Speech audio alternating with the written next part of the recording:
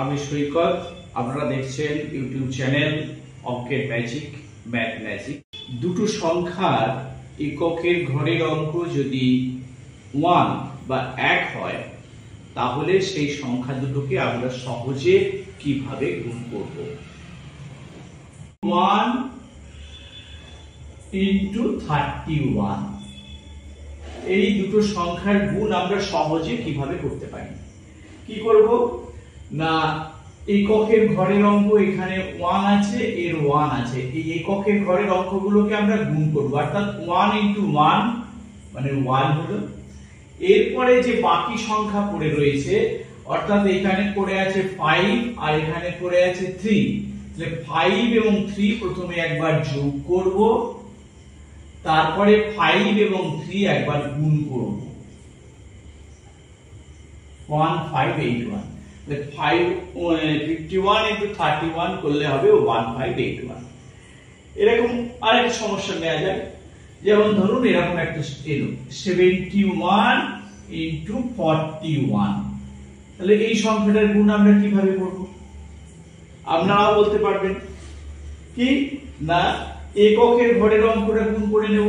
এককের ঘরে দুটোই 1 আছে, 1 into 1, তারপরে রেস্ট যে সংখ্যাগুলো পড়ে রয়েছে, এখানে 7, এখানে 4, 7 plus 4 মানে 11, 11 এর 1 হাতে রইল 1, তারপর 7 into 4 28, 28 plus 1 29, এটাই আমাদের অ্যানসার।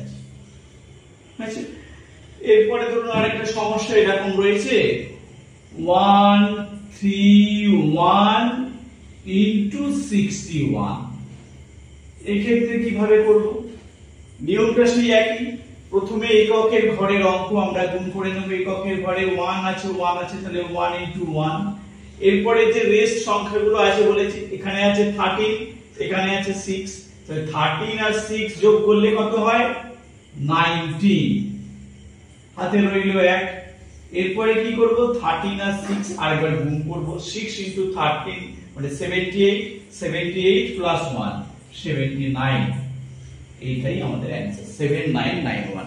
তাহলে খুব সোজা, এককের ঘরের অঙ্ক দুটো সংখ্যারই যদি 1 বা 1 থাকে, তাহলে আমরা খুব সহজেই গুণটা করে নিতে পারি।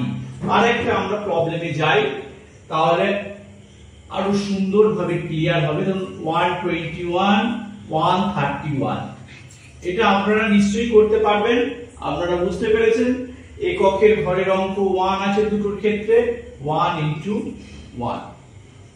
এরপরে কি হবে, এই সংখ্যাটার ক্ষেত্রে আছে 12 আর এই সংখ্যাটার ক্ষেত্রে আছে 13।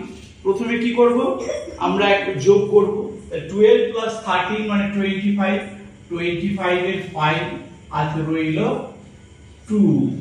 এরপর কি করব, 13 into 12, 13 into 12 আমরা গুণ করব, গুণ করলে হবে 156, 156 plus 2 158। দেখুন এই এত বড় গুণটা আমরা কত সহজে কয়েক সেকেন্ডের মধ্যেই করে ফেলতে পারি। এইটাই আজকের আমাদের বিষয়। আপনারা আশা করি বিষয়টা বুঝতে পেরেছেন। নমস্কার।